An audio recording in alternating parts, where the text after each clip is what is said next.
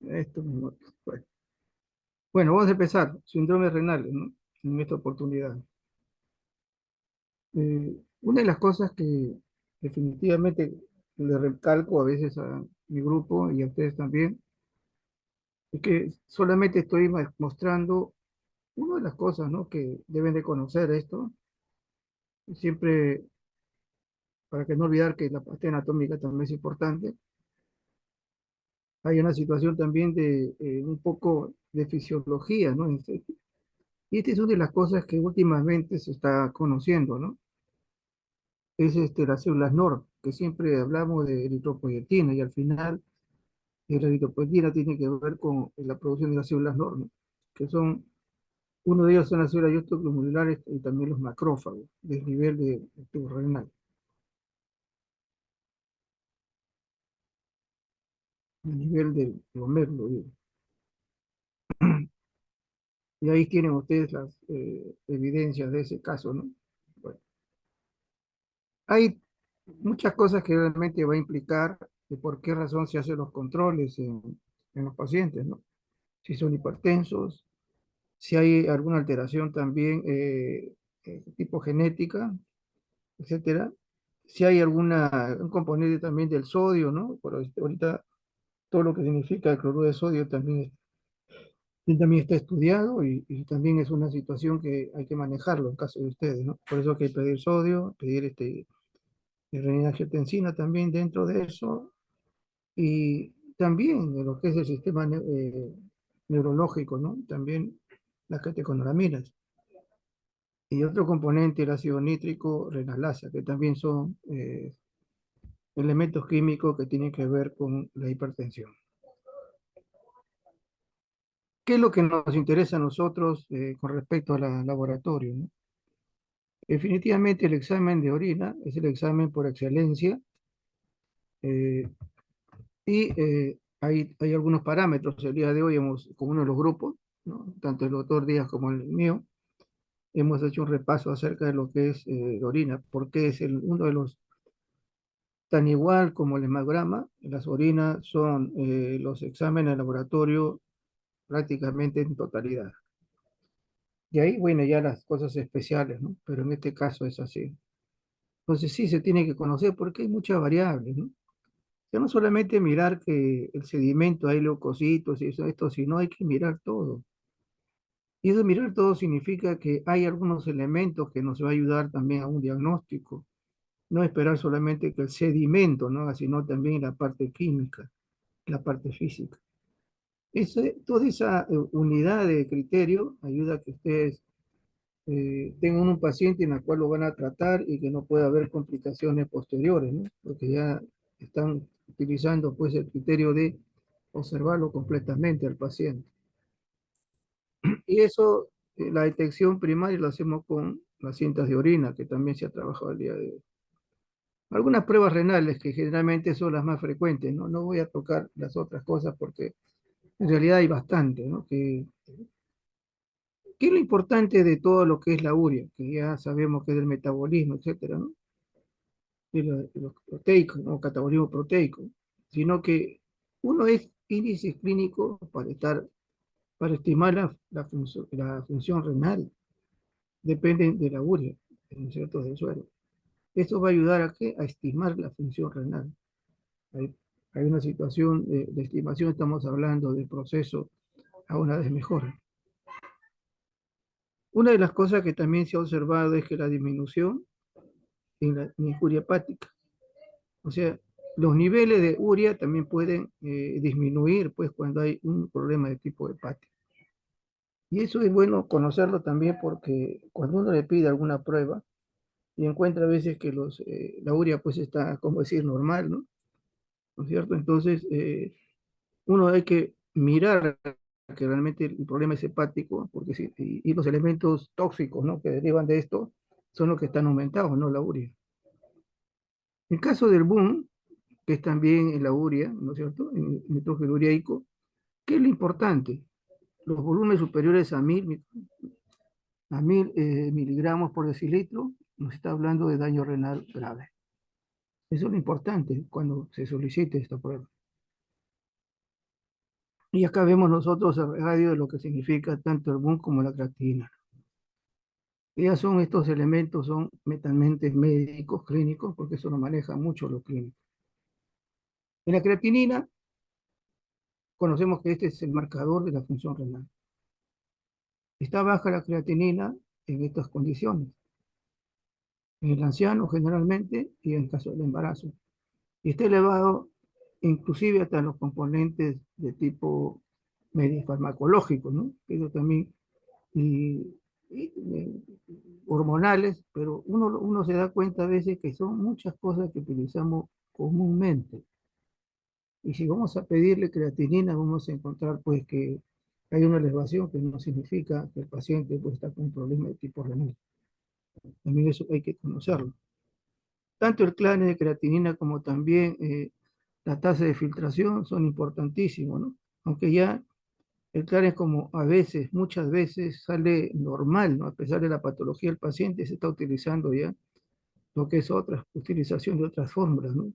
Que frecuentemente ya no son la creatinina en sangre o orina, sino que hay otros elementos, ¿no? Tanto lo que es el sexo, etcétera, ¿no? En la parte técnica, y que eso es importante también porque hay una variación también con respecto a él. Y ya se está utilizando estas fórmulas ya a nivel de automatización en laboratorio. Y vemos nosotros. Otro de las cosas que ya se está realizando, no en totalidad, pero está realizando es el claritrinurina. ¿Por qué? Es mejor marcador de la función renal, mejor que la creatinina, mejor que el resto. Y eso es conocido. La cistatina C, que también es otro de los elementos que se utilizan, se debe utilizar en pacientes con producción baja de creatinina, en este caso ya lo saben, niños, gestantes y ancianos, ¿no? O pacientes cirróticos o también trasplantados, que también no hay una producción evidente de la creatinina. La citastina C aparece en la orina entre 12 a 23 horas o 24 horas después del daño renal. O sea, así eran los elementos, no solamente, recuerden que la creatinina a veces cuando hay una situación de compromiso que debe ser muy mayor, muy marcado, recién está alterada, si no, seguirá siendo la misma. Y eso lo hemos visto nosotros con muchos pacientes. Así que hay una posibilidad de utilizar la cistatina C, ¿no? Porque esto aparece ya cuando hay un daño renal evidente, definitivamente está elevada.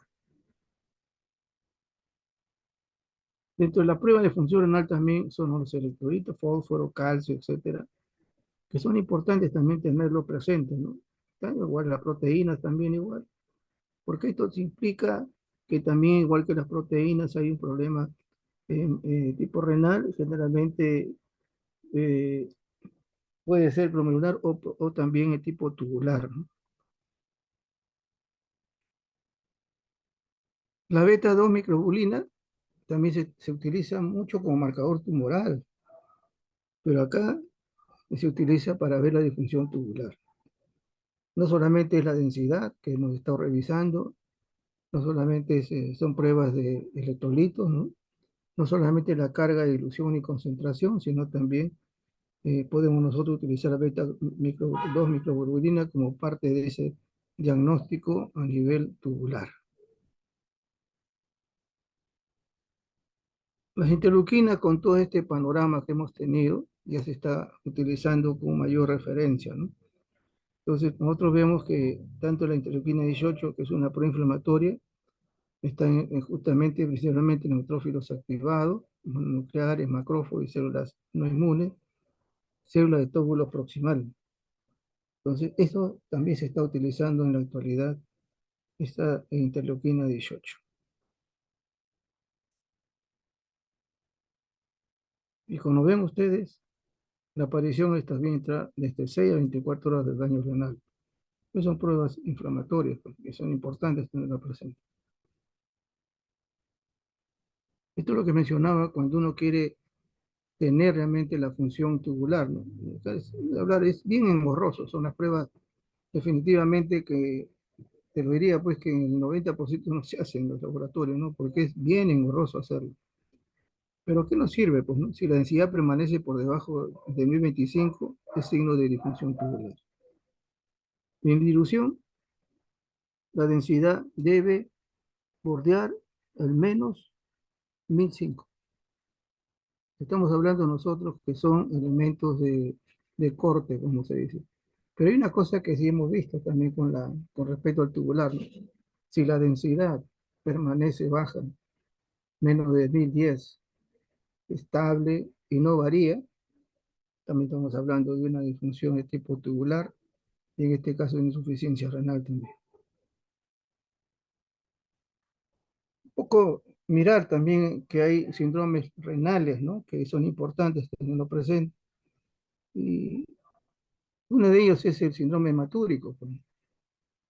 Hay dos cosas, ¿no? Que definitivamente vamos a ver la próxima, se puede decir, en las próximas prácticas, que una de las cosas vamos a observar es o es macroscópica o es microscópica. Acá también no se ponen de acuerdo, ¿no? Porque generalmente nosotros hemos visto hasta 5, hasta 7 en mujeres, pero en la literatura habla solamente de 4 o 5, ¿no? En nuestra literatura hemos visto hasta 7 normales en una mujer. En el hombre, pues definitivamente no debe pasar de 2 o 3, pero en otros sí se está hablando de 4, ¿no? Pero son elementos que a veces un poco nos distraen, pero sí tenemos que vigilarlo, ¿no? Lo que sí se ha visto en este síndrome hematúrico son dos tipos de elementos hemáticos. Cuando son normales, como ahora hemos visto nosotros, así como si fuera un aro, son normales, no hay ninguna alteración. No es, eh, no, no, es no glomerular, o sea, esto puede ser sangrado tubular hacia abajo, ¿no es cierto? Vejiga, todo eso, entonces no hay problema. Pero si estos hematíes es por traspaso de la membrana glomerular, se vuelven alterados, dismórficos. Parecen que fueran a veces unas rosetas, ¿no? Entonces, esto también nos ayuda microscópicamente a determinar el nivel de lesión de lo que significa en este caso, el síndrome hematúrico. Vemos nosotros, como ahora hemos examinado algunas orinas, ¿no? La variación que puede haber. Y realmente cuando nosotros vemos rojo, más o menos del ámbar, un poquito hasta el rojo, ya estamos suponiendo que debe haber hematíes, ¿no? Entonces, acá vemos algunas situaciones que también nos pueden comprometer, se puede decir, ¿no? No todas las supuestamente orinas hematúricas tienen que ver con esto, ¿no? Porque inclusive hay hemoglobinuria que tiene que ver y descartar. Y hay un sinnúmero de elementos, inclusive hasta de tipo farmacológico, ¿no? Entonces, eso también hay que descartarlo cuando se está utilizando algún medicamento, sobre todo los medicamentos que se utilizan para orina y también para el problema de tuberculosis, ¿no? Y eso es una de las cosas del hematuria, ¿no? Ustedes van a encontrar, y esto es una de las cosas que estamos tratando de inculcarles a veces y que va a ser una forma del examen también, ¿no? Siempre les digo, y esto es así. Lógicamente no vamos a poner las mismas cosas, pues, ¿no? Pero es así. Y miren ustedes, ¿no? En este caso, cómo nosotros podemos hacer la adquisición de un síndrome de este tipo, ¿no? Vemos un paciente de 35 años, si fuera 65, 75, estamos viendo que es prostático, una hematuria preferentemente. Presente en orina turbia, porque ya hemos mencionado en nuestras reuniones de práctica, ¿no? Las orinas turbias están significando que hay células, y una de las células es los hematíes. El paciente tiene una presión arterial, una glucosa de 100, una urea, acá se me olvidó, creatinina de 1,2, está dentro de los bordes. Si fuera acá 1,3 también es otra variable, ¿no? Porque los urólogos mencionan, el nefrólogo me dice 1,3 ya es un problema renal. Bueno, uno lo respeta por el criterio clínico, pero muchas veces hasta sube un poquito más y sigue siendo normal, ¿no? Pero es así. Depende del criterio a veces de lugares donde se realice. Y en microscopía, sedimentos se observan 50 hematíes por campo. El resto de la química, o sea, glucosa, proteína, todo es normal. Solamente hay hematíes, no hay leucocitos, no hay nitritos, etcétera. Entonces, ¿qué sucede? Hay que explorarlo. Es una hematuria de la mujer, generalmente ginecológico. Y eso significa que es una persona que puede ser hasta una persona entrada en años, ¿eh? Porque estamos hablando de hematuria mujer. Pero también hay que descartar que no sea una hematuria en gestante. O sea, tampoco podemos hacer la disquisición si fuera el caso de una mujer gestante, ¿no? Pues tiene 35 años, tiene por gestación. Si fuera hombre, siempre estamos pensando nosotros que es urológica, en este caso estamos hablando de prostática o definitivamente un problema de tipo renal, que se encuentra muchas veces disuria, dolor lumbar, edema, saltraje, hemoptisis. ¿Y qué tiene que ver esto? Porque recuerden ustedes, una de las cosas que me ha llamado la atención en los últimos años, antes de tomar mis vacaciones, puedo decir, casi en un mes hubieron 3 casos de tuberculosis renal. La primera evidencia fue pues la microhematuria constante, ¿no? Y ahí estando, buscando, etcétera, encontramos aerobacillus. Entonces, no se puede descartar definitivamente. Y eran pacientes que con la sospecha de tuberculosis. Ahora, no necesariamente desde arriba, ¿no? Sino también puede empezar y cómo empezar, ¿no? Definitivamente eso es algo.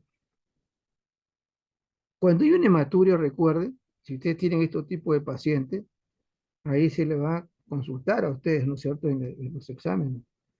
¿Qué examen voy a realizar? Que lo mismo estamos haciendo en las prácticas. Un urocultivo es de cajón, como se dice, ¿no? Hay que descartar que no sea eso. Y ahí vamos a ver elementos leucocitos nuevamente, ¿eh? Eso no hay ninguna novedad. Pero si es mujer, yo tengo que pedir un HCG para descartar. Si fuera un varón entrado en años, un PSA, porque puede ser por esa razón. O sea, yo no puedo decir que solamente sea que a nivel renal, sino ya hay situaciones de edad y también de sexo y condición. Urea-creatinina definitivamente hay que pedir. Pruebas basales, ¿a qué me refiero? Recuerden algo que a veces he visto en algunos hospitales, ¿no? Me pareció interesante. Las pruebas basales son principalmente hemograma, glucosa, etcétera. ¿Qué tiene que ver eso? Es que tenemos que mirar todo el contexto del paciente, ¿no? Como a veces me dice, pero ¿por qué voy a pedir hemograma? ¿Qué pasa si es un niño y está con anemia? ¿Qué pasa si una gestante también está con 4 de hemoglobina y está perdiendo sangre? De todas maneras, ¿no es cierto? Por la gestación. ¿Qué pasa de un anciano que también está anémico y está perdiendo sangre porque tiene un problema de tipo de las complicaciones? Entonces, glucosa, urea, creatinina, etcétera, todas esas cosas se utilizan el hemograma importantísimo en todos estos casos. La imagenología, definitivamente, eso no se descarta, ¿no? Sea lo que corresponda, una citoscopía y la biopsia, para determinar que no sea también a nivel vesical, ¿no es cierto? No solamente a nivel prostático. Y ahí vemos nosotros, infección urinaria, problema de próstata, embarazo, la menstruación, y a veces sucede eso, ¿no? Que parece por alguna molestia que siente la mujer, y le preguntamos siempre porque vemos una orina bastante, ¿no? Dice, no, recién terminó mi regla. Ha terminado, pero hay una secuela, ¿no es cierto? Entonces, una situación que puede durar algunos días, y encontramos pues que es una menstruación. De todas maneras, debería ser un HCG para evitar que no sea una cuestión de aborto. En cólico nefrítico, definitivamente hay hematuria, muy poco es hematuria franca, generalmente es microscópica. Glomerulonefritis o nefritis en general. El síndrome hematúrico tiene que ver también con múltiples, y no solamente dos, sino también con dos que definitivamente me llamó la atención, ¿no? Este es la nefropatía por inmunoglobulina A, y acá el síndrome de Alport. Yo pensaba pues, que esto es una cosa rara, ¿no? Pero la inmunoglobulina A es muy frecuente.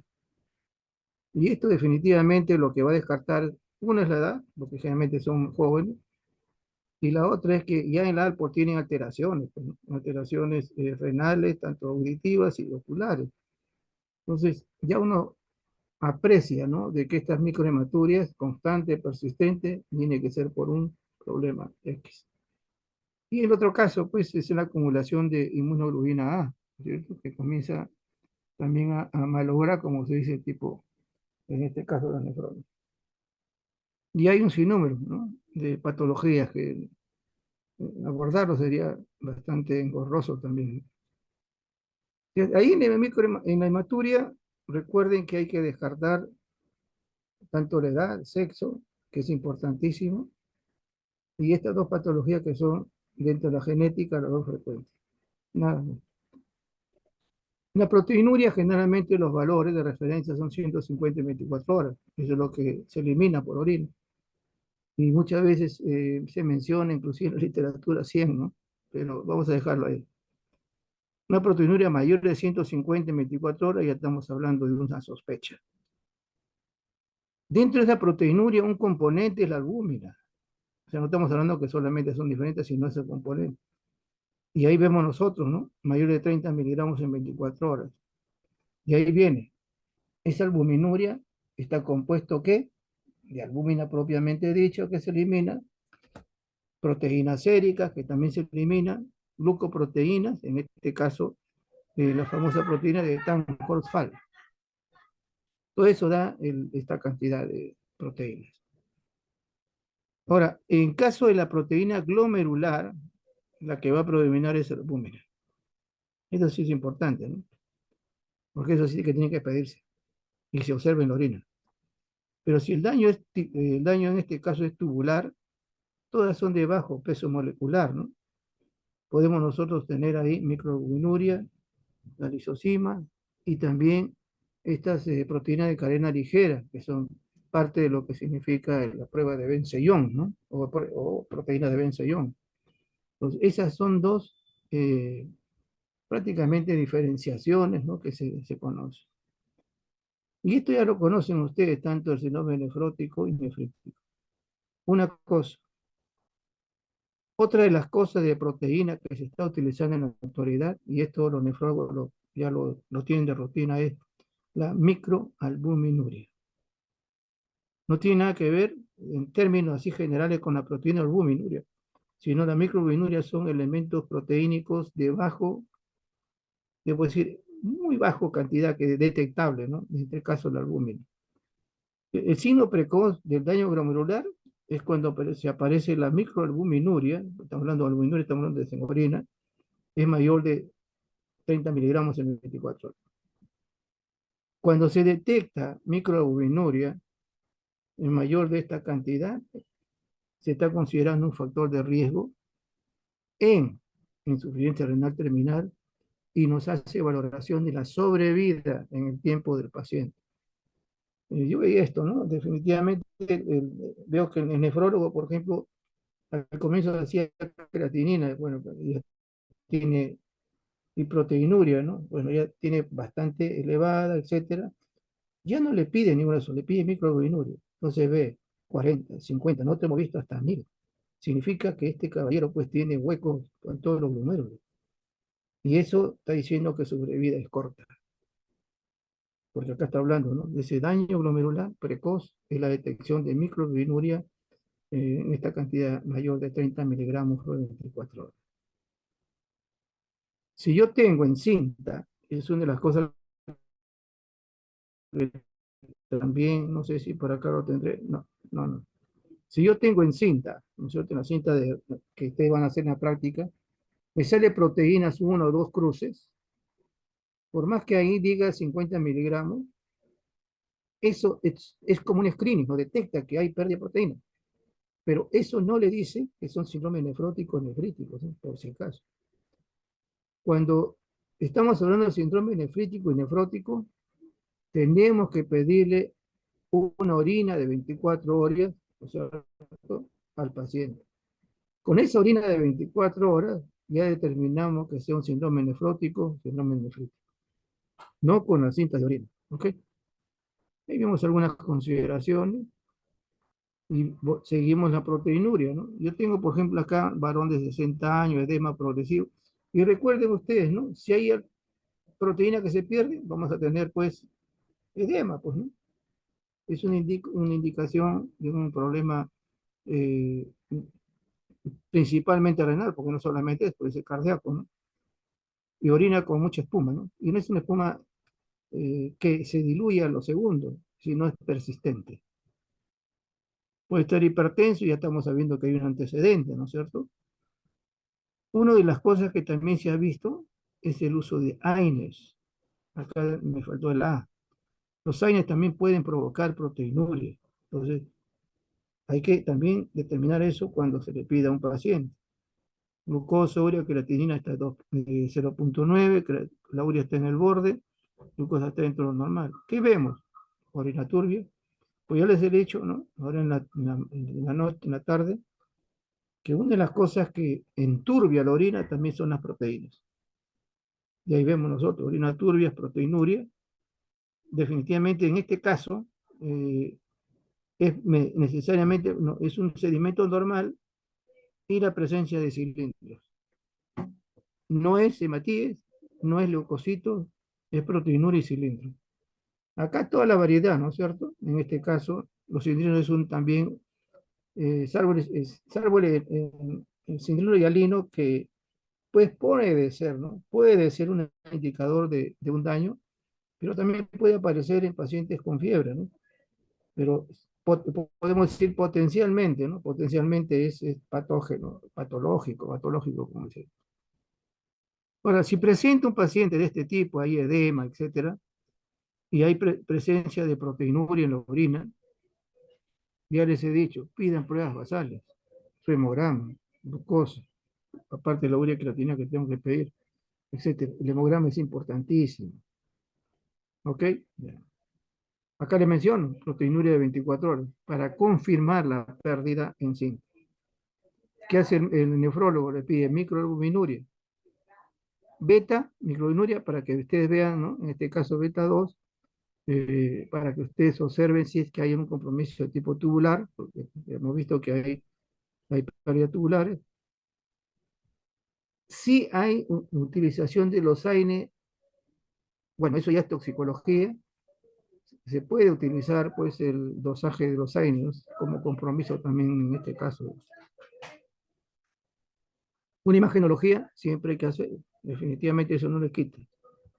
Y vemos nosotros, nefrotoxicidad por AINE, sucede, hipertensión, ¿no? Si tuviera el paciente, y si hay algo nefrótico o nefrítico, definitivamente lo vemos con la orina de 24 horas.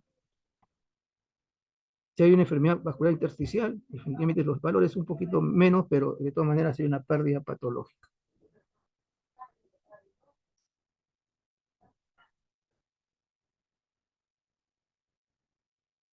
Clínicamente, la aparición de cantidad significativa de proteinuria es el primer signo de enfermedad renal.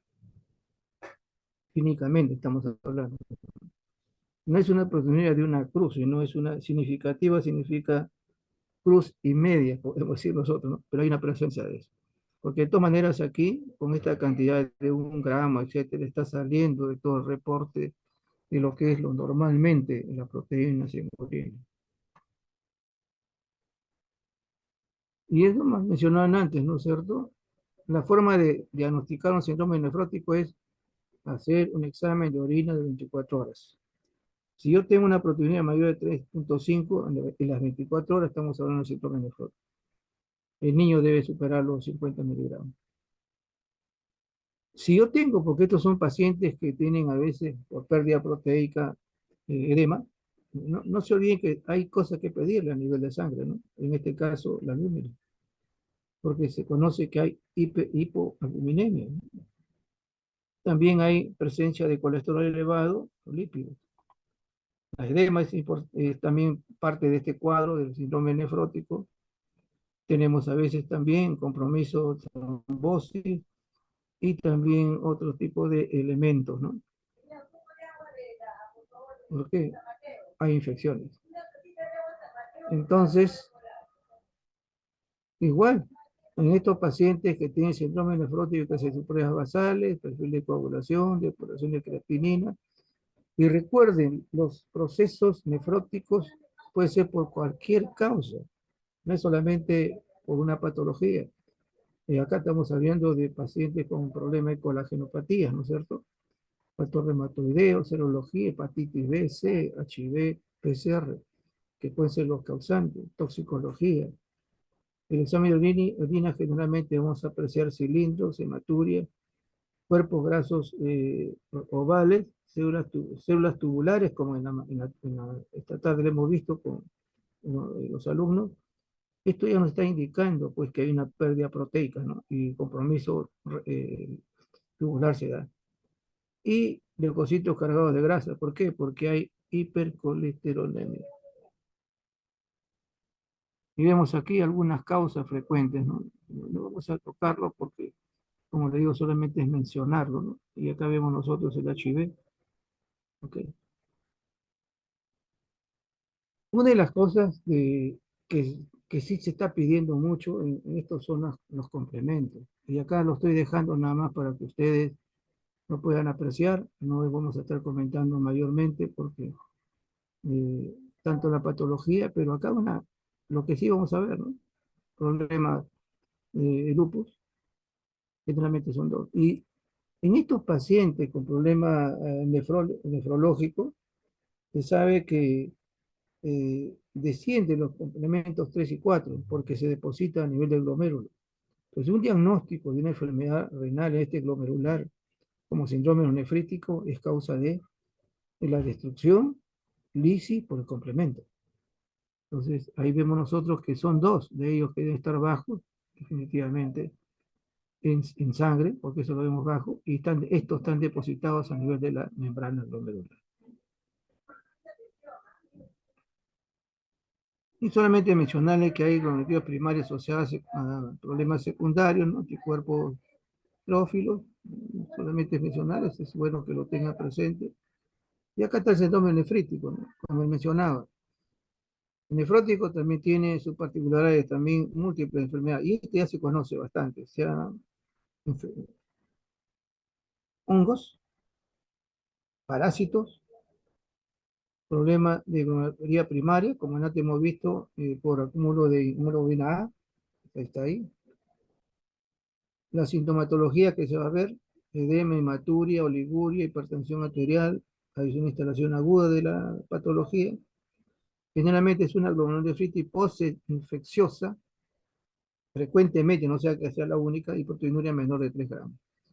Y generalmente la glomerulonefritis postinfecciosa frecuente es el estreptococo beta hemolítico. Es por excelencia. El resto se da, pero eso es lo más frecuente. Se divide bacterias y virus. ¿Sí? Un síndrome nefrítico es dado por cualquier elemento, en este caso podemos decir bacteriano.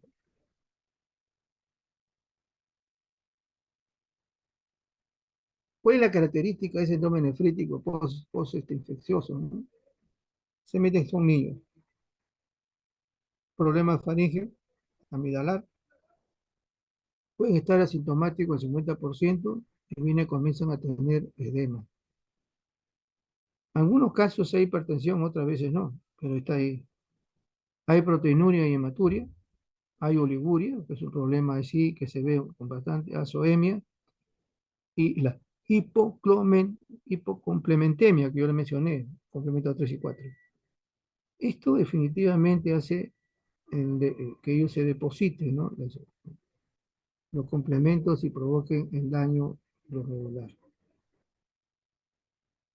¿Qué pruebas que son importantes tener para mencionarles? 16 años, cefalea, amigdalitis.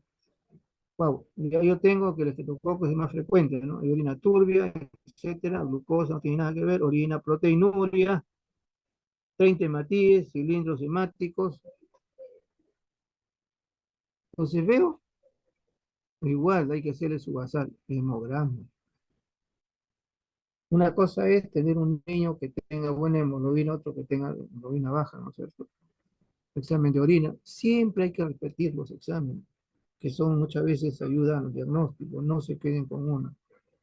Urea, creatina, proteinuria. En caso de ser nefrítico por estreptococo, nada más se le pide la ASO, la antiestreptolicina O. Eso es lo que se le pide. No se le pide ningún otro germen ni nada, solamente para el caso de estreptococo beta hemolítico. Complemento ya hemos visto, ¿no? Que también baja. Glucosa, puede ser por medicamentos, porque el síndrome nefrítico puede ser causado por ANA, ya hemos visto ahí, ¿no es cierto? Hay problemas con la serológica, etcétera. En algunos casos, cuando no hay esto sucedió, ¿no? Cuando no hay un buen diagnóstico o no se conoce la forma, todo el daño, la biopsia, al final. Cuando decimos nosotros insuficiencia renal aguda o crónica, ¿no? Ya se conoce con el fracaso, algunos dicen el ACI, ¿no? Eh, Pérdida brusca de la función renal en horas, días o semanas. Hay una azoemia, trastorno electrolítico, es más frecuente en este caso. No, no implica disminución de la diuresis, no hay, o sea, hay una orina normalmente, no hay oliguria. Y tiene características solamente mencionables. Prerrenal, definitivamente aquí hay hemorragia, deshidratación, puede haber esto, ¿no? Vamos a encontrar alteración, infarto, shock séptico, que realmente se da ese proceso agudo. Intrarrenal, productos tóxicos, necrosis tubular, aguda, etcétera, que va a provocar también esto, ¿no? Procesos, problemas de CID, logros, hipertensión, enfermedad de tejido conectivo, etcétera. Eso va a provocar inquinalmente. El otro es perrenal, antes de. Postrenal, definitivamente la obstrucción, ¿no es cierto? La litiasis por excelencia, cuando a veces es masiva y hace daño, inclusive hasta el nivel eh, de la salida de la orina, podemos decir, para no mencionar el nombre, ¿no? Va a suceder también que hay un fracaso renal. Y eso se ha visto a veces con litiasis que son masivas, ¿no? Que en la tarde hemos visto con unos alumnos en el grupo. Hay ese tipo de cosas.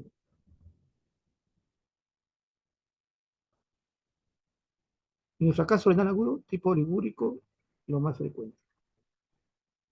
No ligúrico, o sea, son dos tipos, ¿no? Son una clasificación que se hace así. Incidencia en pacientes es una característica, ¿no? Entre el 5 al 30% de estudios que hemos hecho acá, hay una incidencia de fracaso renal agudo en pacientes de uso. Liguria, una densidad menor a 1020, una osmolaridad también que es variable, se le pide sodio, creatinina, urea, se va a encontrar hiponatremia, hipocalemia, acidosis metabólica, hipercalcemia, hiperfosfatemia, hiperuricemia y anemia. ¿Se dan cuenta por qué es necesario hacer el hemograma? Y acá todos los elementos que son electrolitos, que son importantes tenerlo porque esa es una alteración también que se ve. Algunos mencionan, ¿no? Acá esto de anuria, etcétera, lo voy a dejar así porque a veces me dice, doctor, que 300 no son 400. Ah, bueno. Pero acá estamos hablando de anuria, pues cuando es menos de 1000, de 100, ¿no? Centímetros cúbicos en 24 horas.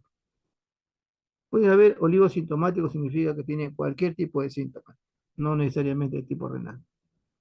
Las complicaciones de estos pacientes, de todas maneras hay un compromiso definitivamente, ¿no? Inmunológico, puede haber sepsis, compromiso con otras hemorragia digestiva, etcétera.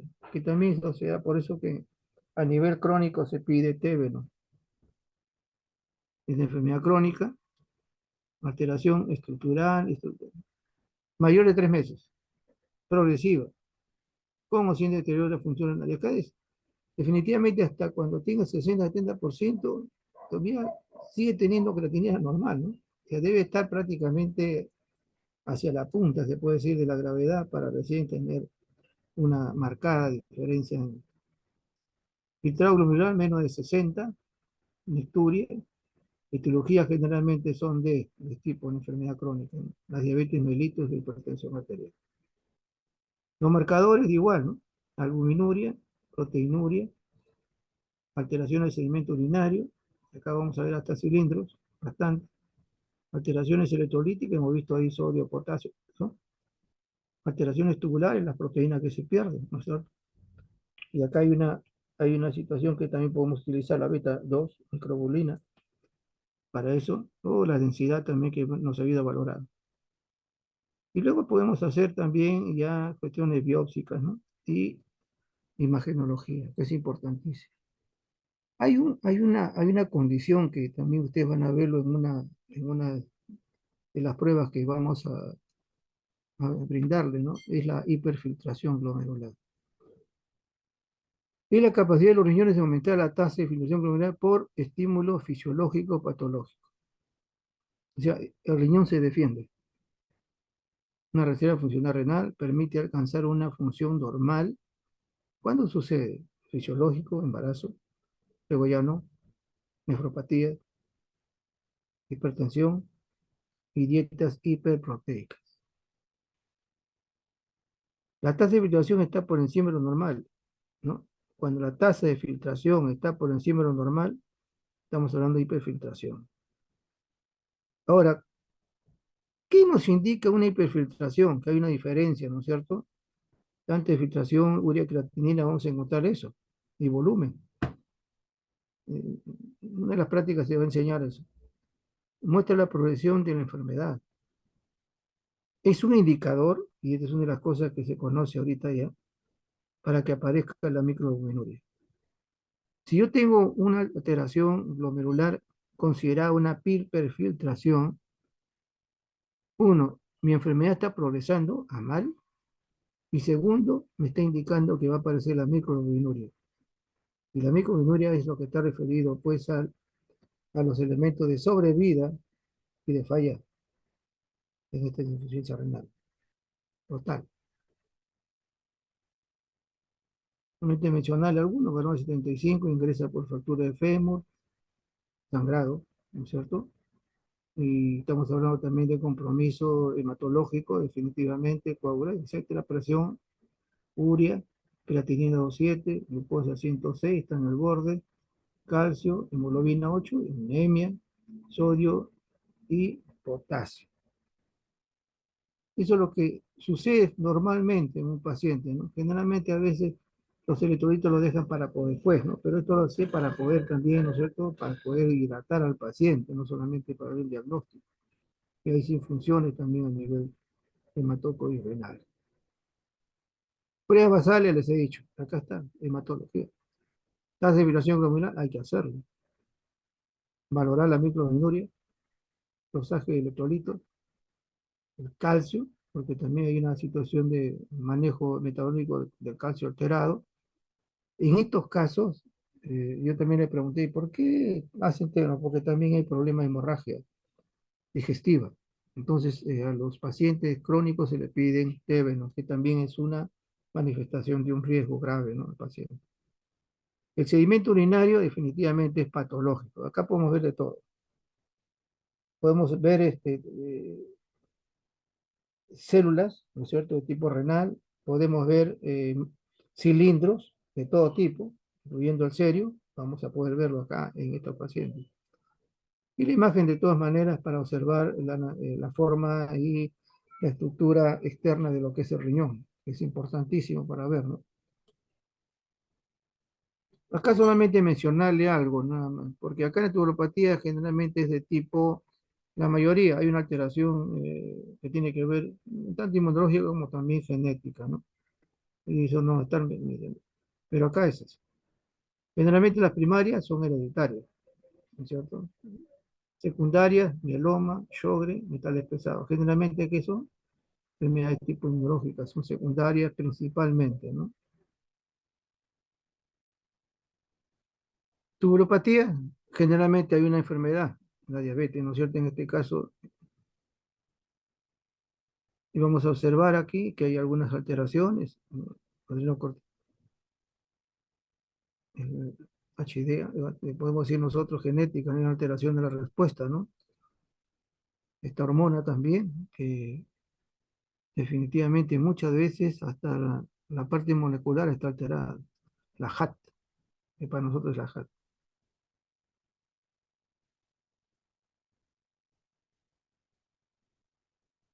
¿Se dan cuenta? Test de SET, de hemopresina, un poco difícil, ¿no?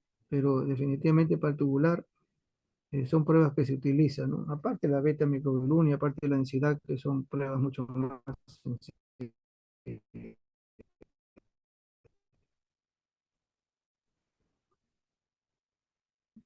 Va a haber este tipo de cosas. Como digo, son procesos que en la parte hereditaria están. Por eso que a veces lo dejo solamente para informar nada más, ¿no? Porque, eh, ¿qué pruebas pediría yo en caso tubular? Yo lo he mencionado, densidad de cajón, beta microglobulina 2, 0. proteínas, electrolitos, ver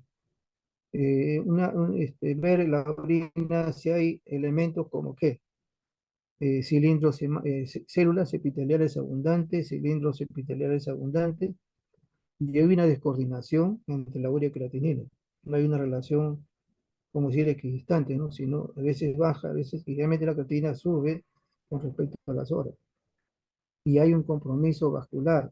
Muchas veces hay hemorragia, hay una anemia marcada.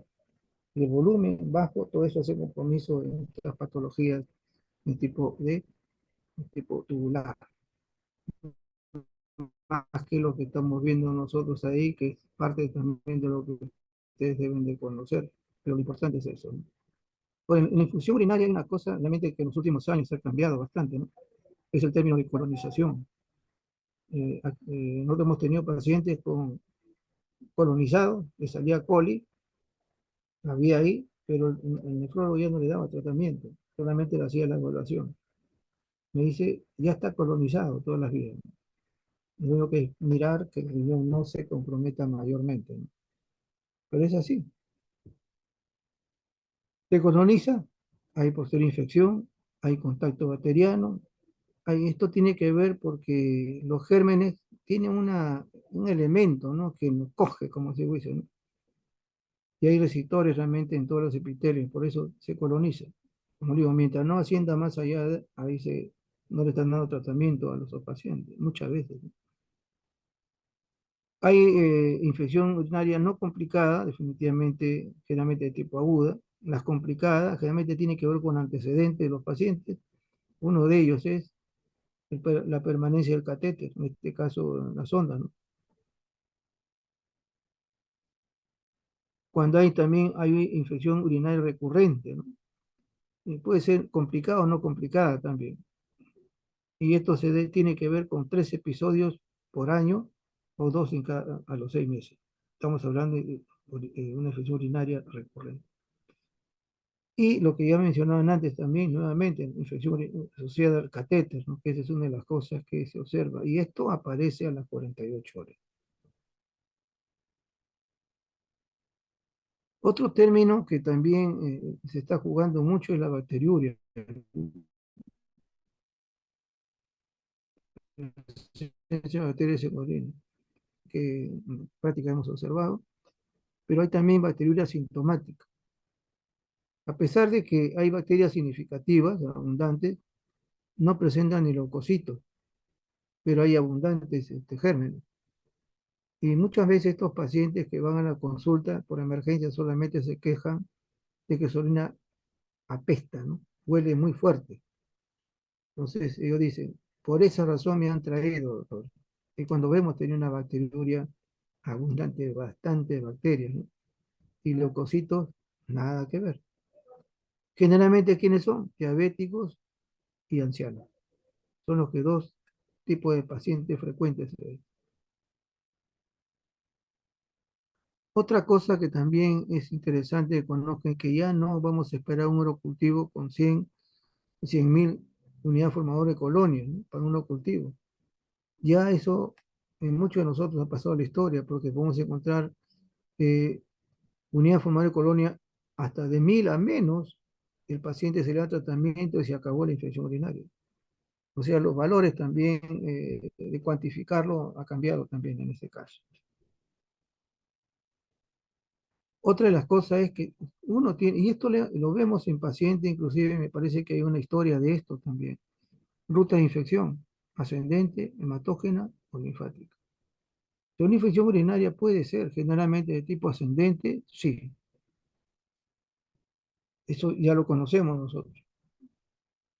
Ahora, hematógena es poco frecuente, pero sí se ha visto en pacientes que generalmente hemos visto pacientes, eso en UCI, ¿no? Donde la primera causa ha sido su posesión de estafilococo aureus a nivel, ¿no? Aparato respiratorio superior. O el paciente también se ha comprometido con una cándida, ¿no es cierto? Entonces, que no es del lugar de la orina, no es del lugar de ahí. Pero como hay una infección hematógena y hay un elemento ahí, en este caso antecedente, dos que está con, en este caso, con catéter, ¿no es cierto? Entonces, o está con otros elementos de manejo no farmacológico. Se ha visto que la infección a veces, infección de otro nivel por vía hematógena, infectó, en este caso, el aparato renal.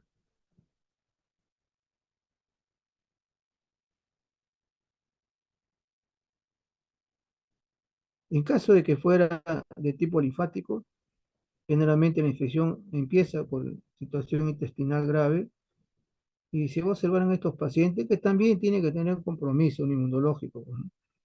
Ahí va a presentar accesos tipo retroperitoneal. Ya vemos esto no superior e inferior que ya es conocido. Ahora, esta es una spot que no varía. Y vemos nosotros que aquí en nuestro país, como en otros que son de las Américas, el patógeno más frecuente es la coli. En muchos casos ha sido hasta el 90%, entre 70 y 90% es coli. Entonces, ya se le da un tratamiento, diríamos empírico, porque no hay todavía una respuesta, pero se conoce que es por eso, ¿no? Entonces, siempre.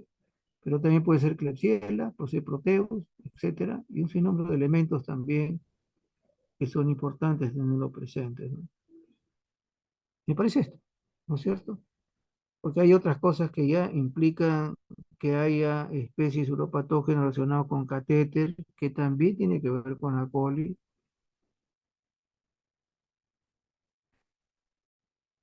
y hay otros elementos también que son difíciles de aislar, y generalmente son este tipo de cosas. Pero para nosotros lo que nos interesa es las enterobacterias son frecuentes y como excepción el estafilococo aureus también, en caso de pacientes con antecedentes, sobre todo de uso de catéter. Y eso es algo que tenemos que meditarlo, ¿no? Y vuelvo otra vez, solamente lo que he resaltado es lo más importante, ¿no es cierto?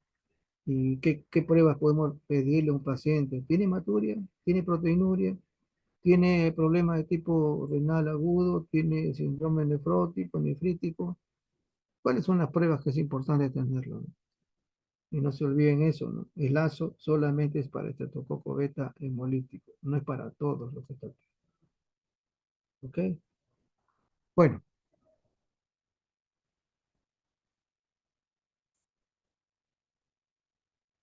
ahí lo dejamos, jóvenes.